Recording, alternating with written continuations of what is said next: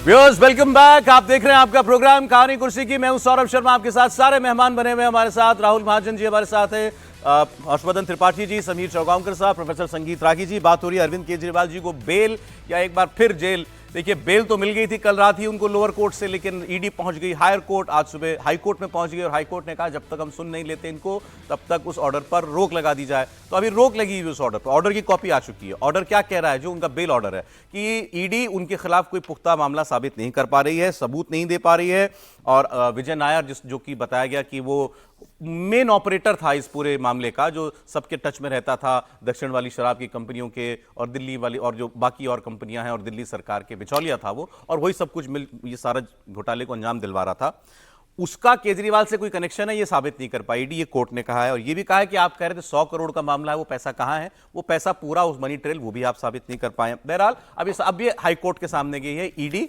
वहां अरविंद केजरीवाल के वकील भी हैं, वहां सुनवाई शुरू हो चुकी है। देखते हैं वहां पर क्या होता है। तो मेरे साथ हमारे दो रिपोर्टर्स बने हुए हैं, अभय पराशर और अतुल भाटिया, दोनों लोग हमारे साथ हैं। मैं अभय से जानना चाहता हूं फिलहाल अपडेट कोई कोर्ट से। अभय, अरे अतुल कुछ कहना चाह रहे हैं क्या? पहले बोलिए। देखिए बिल्कुल सौरभ देखिए, मैं आपको लाइव विजुअल दिखा रहा हूं। सौरभ भारद्वाज, आम आदमी पार्टी के सौरभ भारद्वाज तिहाड़ जेल पहुंचे हैं। और ये देखिए, ये जो गाड़ी है इसके अंदर वो तिहाड़ जेल के अंदर एंट्री कर रहे हैं। ये एक्सक्लूसिव विजुअल्स हम दिखा रहे हैं सौरभ कि किस तरीके से सौरभ भारद्वाज है वो तिहाड़ जेल के अंदर एंट्री की है। मामला अभी हाईकोर्ट के अंदर चल रहा है और जो सौरभ भारद्वाज है वो इस समय तिहाड़ जेल के अंदर एंट्री कर रहे हैं। पहले वो कुछ देर गेट पे खड़े रहे और गेट पे खड़े होने के बाद वो गाड़ी जो है, जिस गाड़ी से वो आए थे, देखिए फिर वो गाड़ी से बाहर निकले हैं और वो अंदर की तरफ जो है वो गए हैं। तो सौरभ भारद्वाज तिहाड़ जेल पहुंचे हैं। अभी किसी तरीके का कोई ऑर्डर नहीं है। हाईकोर्ट पूरे मामले की सुनवाई शुरू हो चुकी है, लेकिन जो विजुअल हम आपको दिखा रहे हैं कि सौरभ भारद्वाज जो है वो तिहाड़ जेल में। मैं तो बार बार एक ही क्लैरिफिकेशन आप लोगों से भी मांग रहा हूं, क्योंकि व्यूअर्स को खबर बिल्कुल क्लियर पहुंचनी चाहिए। हाईकोर्ट अभी जब तक मामला सुन रहा है, ईडी वहां गई जब तब तक के लिए रिहाई पर रोक है ना अरविंद केजरीवाल की? बिल्कुल सौरभ, देखिए जब हाईकोर्ट ने इस पूरे मामले के अंदर जो ईडी ने याचिका लगाई उस पर सुनवाई शुरू की तो ऑटोमेटिकली निचली अदालत जो है उसके फैसले पर रोक है जब तक कि हाईकोर्ट इस पूरे मैटर के अंदर कोई फैसला नहीं सुनाती है। और जब हाईकोर्ट के अंदर यह मैटर चल रहा है तो वहां पर भी जो एएसजी एसवी राजू हैं उन्होंने यह बोला कि निचली अदालत के अंदर जब उन्होंने अपना पक्ष रखना शुरू किया तो जज जो न्याय बिंदु है उन्होंने यह बात कही कि उनके पास सिर्फ 15 मिनट का समय है, उन्हें आज ही आदेश देना है, इसलिए उन्होंने कम तर्क दिए। इसके अलावा जो डॉक्यूमेंट्स ईडी ने उपलब्ध कराए कोर्ट को, उन डॉक्यूमेंट्स को कोर्ट ने नहीं पढ़ा और बाद में यह बोला कि इनकी ये बहुत सारे डॉक्यूमेंट है, इनको पढ़ने में समय लगेगा, और बाद में यह कहा कि यह अप्रासंगिक है। तो ये दलीलें जो है वो हाई कोर्ट के अंदर दे रहे हैं। यहां पर एक गौर करने वाली बात यह है सौरभ कि ईडी ने जो चार्जशीट फाइल की है मुख्यमंत्री अरविंद केजरीवाल और आम आदमी पार्टी के खिलाफ, उस पर राहुल सैनी कोर्ट ने जो है वो संज्ञान लिया है और अभी तक वो चार्जशीट सामने नहीं आई है। ईडी अभी ये भी बोलेगी कि जो सबूत चार्जशीट के अंदर ईडी ने रखे हैं उन सबूतों को भी निचली अदालत ने नहीं देखा। तो जो निचली अदालत का जो ऑर्डर की कॉपी अब सामने आई है उन और उस ऑर्डर की ईडी ये कह रही है कि हमारे पास जो साक्ष्य हैं, जो सबूत हैं, वो निचली अदालत ने देखे ही नहीं, हमारी बात पूरी सुनी नहीं और उन्होंने वैसे ही बेल देने का फैसला कर लिया अरविंद केजरीवाल को। ये भी कहा कि ये बहुत लंबा चौड़ा है, उसको बिना पढ़े हुए उन्होंने अभी कह रहे हैं कि चार्जशीट उन्होंने देखी नहीं अभी को, और जज साहब ने कहा मैं 15 मिनट की हूं, 15 मिनट में मुझे फैसला देना है। एक बार जरा अभय के पास भी चलते हैं, कोई अपडेट हाईकोर्ट से अभय? देखिए हाईकोर्ट में सबसे पहले जो अरविंद केजरीवाल के वकील हैं उन्होंने अपना तर्क दिया। जब इस पूरे मामले में सुनवाई शुरू हुई उन्होंने कहा कि ऐसी क्या जल्दी थी ईडी को कि वो वैकेशन के टाइम में जमानत का विरोध करने के लिए हाईकोर्ट में पहुंच गई। साथ ही जो एएसजी हैं एसवी राजू, उन्होंने पीएमएलए के सेक्शन 45 का हवाला दिया है सौरभ, और उस 45 जो सेक्शन है उसमें यह कहा है कि जरूरी शर्त है कि कोर्ट जमानत अर्जी पर सुनवाई करते हुए सरकारी वकील की पूरी बात सुने, उनकी जगह पूरी सुने, लेकिन उन्हें ऐसा मौका नहीं दिया गया, ये कोर्ट के अंदर कहा। और इसके बाद कोर्ट ने यह भी कहा, जो एसजी हैं वहां पर साफ तौर पर उन्होंने ये कहा, एसजी राजू ने, कि कोर्ट में जब सुनवाई की बात हुई, जब जमानत दी गई, तो उस वक्त जज ने, जो वैकेशन जज थी, उन्होंने कहा कि आपके पास मात्र 15 मिनट का समय है, हमें ऑर्डर देना है। लेकिन एसजी राजू की तरफ से कहा गया कि 15 मिनट में उनकी जरह पूरी नहीं होगी। तो कहीं ना कहीं जो सेक्शन 44 है उसका हवाला दिया गया कि मेरी पूरी बात नहीं सुनी गई। और उसके बाद एसजी राजू ने कहा कि पहले अदालत कहती है कि आपके दस्तावेजों पर गौर नहीं करना चाहते क्योंकि वो बहुत ज्यादा हैं, और फिर भी कहते हैं कि ये दस्तावेज अप्रासंगिक हैं। इस तरह की बातें जो हैं अभी कोर्ट के अंदर चल रही है। और अभी की अगर हम बात बताएं तो एसजी राजू ने कहा है कि अगर जमानत देने के लिए अप्रासंगिक सामाजिक जो सामग्री है उस पर विचार किया जाता है तो जमानत के उस आदेश को रद्द किया जा सकता है। तो अभी बहस जो है वो लगातार चल रही है अरविंद केजरीवाल के वकील की तरफ से। हालांकि बार बार यही बात कही जा रही है कि अभी कोई जल्दी नहीं थी कोर्ट के अंदर वैकेशन के टाइम पर जमानत का विरोध करने का। तो वहीं जो एएसजी हैं वो साफ तौर पे ये कह रहे हैं कि जो ये रेगुलर जमानत दी गई है अरविंद केजरीवाल को, उसमें ईडी को सबूत पेश करने का, जमानत का विरोध करने का समय नहीं दिया गया। इसी को लेकर अभी सुनवाई जो है वो हाईकोर्ट में लगातार चल रही है। सौरभ जी, वो ये कह रहे हैं कि जब दूसरी पक्ष के वकील बोल रहे थे, मतलब अरविंद केजरीवाल के वकील बोल रहे थे ट्रायल कोर्ट के अंदर, तब कुछ नहीं कहा गया। लेकिन जब हमारी तरफ से आर्गुमेंट होने लगा तो हमें जल्दी जल्दी अपना आर्गुमेंट पूरा करने के लिए कहा गया, और इसीलिए हम अपनी पूरी बात नहीं कह पाए हैं लोअर कोर्ट में। हाई कोर्ट के अंदर ये बातें जो है एएसजी कह रहे हैं ईडी की तरफ से। आपके दर्शक, करोड़ों दर्शक जो आपको देख रहे होंगे, हम और आप कहें या न कहें, उन्होंने निष्कर्ष निकाल लिया होगा और उनका निष्कर्ष बहुत साफ साफ दिख रहा है।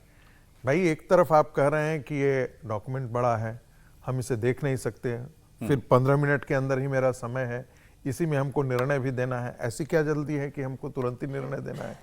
कल क्यों नहीं हो सकता था? अगले दिन क्यों नहीं हो सकता था?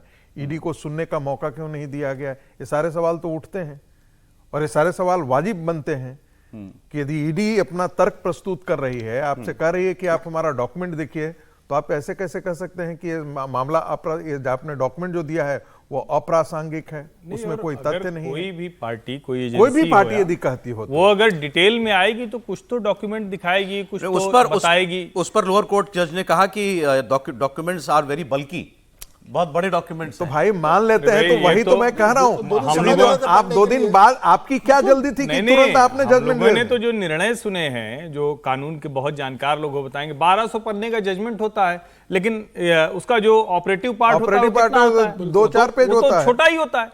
तो मुझे लगता है कि ये वाली बात तो सचमुच नहीं समझ में आ रही है कि कल ऐसी क्या तारीख थी कि हर हाल में अरविंद जी की जमानत पर निर्णय ले लेना है। ये वाली बात तो हर एक के दिमाग में गूंजेगी। अब इसको आप किसी भी तरह से देखें, क्योंकि न्यायाधीश महोदय ने वो निर्णय सुनाया, लेकिन ये किसी को भी लगेगा कि भाई 15 मिनट में क्यों करेंगे, चलो ठीक है, ईडी को कह देते ठीक है आप करिए, हम देर रात तक जरा सुनवाई कर लेंगे, या चलो कल इसको कंटिन्यू कर लेंगे। यहां ये सवाल खड़ा होता है, और तब ये भी लगता है कि क्या ईडी का जो सबसे महत्वपूर्ण, जिसको हम कहते हैं ना कि अरविंद जी के ऊपर जो चार्जेज प्रेस कर रहे हैं, वो वाला हिस्सा नहीं सुना गया, जिसकी वजह से जमानत दे दी गई है। अभी देखिए सुनवाई अभी भी जारी ही है। अतुल, मतलब जो ईडी की तरफ से जो पक्ष रखा जा रहा है एसजी साहब की तरफ से, उनका जो ब्रीफ पॉइंट है वो यही है कि हमें सुना ही नहीं गया लोअर कोर्ट में। हमने डॉक्यूमेंट्स भी रखे, तब भी वहां पर ये कहा गया कि ये इनमें इन डॉक्यूमेंट्स को स्टडी करने में बहुत टाइम लगेगा, हमें ऑर्डर अभी देना है लेकिन जल्दी। अब ये बड़ा खतरनाक है। जब भी जो निचली अदालत का ऑर्डर आता है, बोले अतुल, आप ही बोले।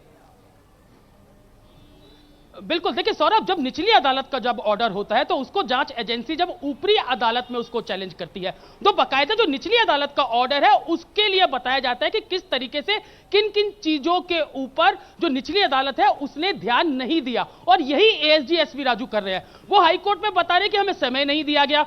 निचली अदालत ये बोली, जो कि खुद, क्योंकि वेकेशन बेंच की यहां पर बात कर रहे हैं कि वेकेशन के टाइम पर हाई कोर्ट में मूव करने की क्या जरूरत है ईडी को, ये लगातार ईडी के वकील, जो अरविंद केजरीवाल के वकील, वो कह रहे हैं। लेकिन आप ये चीज देखिए सौरभ की जो निचली अदालत यानी कि राउस एवेन्यू कोर्ट के अंदर भी जो वेकेशन बेंच है उसी ने फैसला सुनाया है, उसी ने अरविंद केजरीवाल को बेल दी है, और उसी ऑर्डर के खिलाफ जो ईडी है वो हाई कोर्ट पहुंची है। और एसवी राजू ये बता रहे हैं, जो कि एएसजी है, कि किन किन बिंदुओं पर जो निचली अदालत है उसने ध्यान नहीं दिया। जो डॉक्यूमेंट कोर्ट के अंदर पेश किया गया उन डॉक्यूमेंट्स को भी कोर्ट ने नहीं पढ़ा, बोला कि ये जो डॉक्यूमेंट्स है बहुत ही ज्यादा है, हमारे पास समय कम है, हमें आज ही ऑर्डर देना है। तो अभी इन्हीं चीजों के ऊपर अब हाईकोर्ट के अंदर सुनवाई होगी और लगातार एसपी राजू ये बात कह रहे हैं कि हमें अपनी दलीलें रखने का पूरा समय दिया जाए, जो कि निचली अदालत ने नहीं दिया है। और इन्हीं जो निचली अदालत का जो ऑर्डर है उसी के खिलाफ अब लगातार हाईकोर्ट के अंदर जो एएसजी एसपी राजू हैं वो अपनी दलीलें रख रहे हैं। सबसे अहम बात यहां पर देखिए एक इंपॉर्टेंट पॉइंट आपने, क्योंकि दाखिल हाई कोर्ट के पुराने फैसले की आपने जिक्र किया था, जब अरविंद केजरीवाल बेल मांगने के लिए नहीं, अपनी गिरफ्तारी को अवैध साबित करवाने के लिए गए थे, कोर्ट में ये मामला ये रखा गया। अब दरअसल वो कह क्या रहे हैं, एएसजी ये कह रहे हैं वहां पर कि वो मैटर जब वो फैसला जब तक स्टैंडिंग है, जिसमें हाई कोर्ट ने कहा था कि हाँ नहीं इनकी गिरफ्तारी सही हुई है और प्राइमा फेसी इनके सामने ये साक्ष्य हैं इनके खिलाफ, जब तक वो ऑर्डर है उसको देखे बगैर बेल का फैसला नहीं किया जा सकता। बिल्कुल। और ये भी कह रहे हैं, राजू ने ये कहा कि वो सुप्रीम कोर्ट ने उस फैसले को निरस्त नहीं किया। मैं कोर्ट को कोट कर रहा हूं।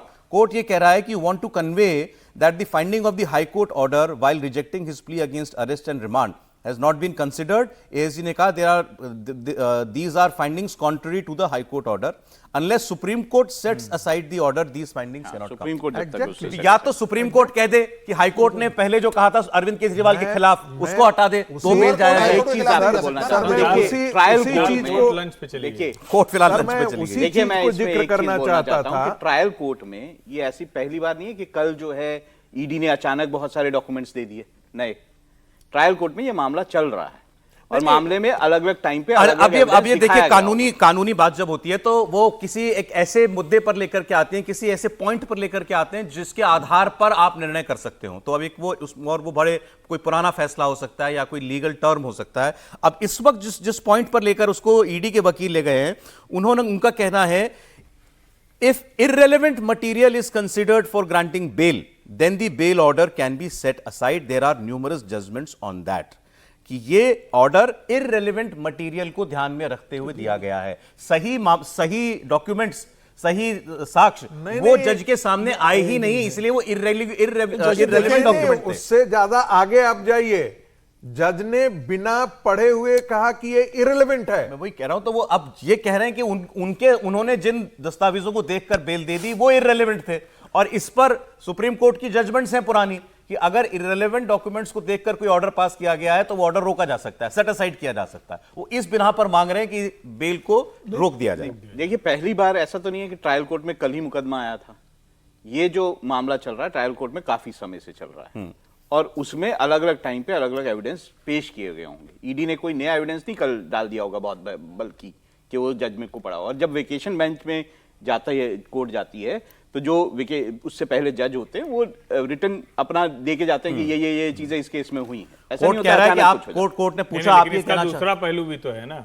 कि अरविंद केजरीवाल की जमानत में कौन सी नई चीज जुड़ गई होगी। हाँ, ये जब भी बात किसी भी चीज का काउंटर होता है, जब कुछ नया आता है तो उसी का तो काउंटर होगा ना। अगर आप कोई चीज आ रही सामने, जब जमानत खारिज हो गई लगातार, आप कह रहे कि नहीं अब चाहिए, तो फिर उसको एजेंसी बताना शुरू करती है। और ये हर मामले में अरविंद केजरीवाल जमानत के लिए जब आप नए सिरे से जाएंगे तो नए सिरे से तर्क होंगे। ईडी ने कई नए एविडेंस पेश किए थे कल क्या? नहीं, अरविंद केजरीवाल की एविडेंस हर बार नए नहीं होते, जीरा नहीं हुई है ना। एविडेंस तो जो होता है वो एक बार आपने कहा ना अरविंद बल्ब केजरीवाल की जो था वो जमानत पढ़ नहीं याचिका पाया तो या ये नहीं हुआ, तो हम नए नहीं कह कोर्ट रहे में हैं, खारिज हम नहीं हुई कह है रहे, ना ये पहले। न्यायालय की तरफ से आया।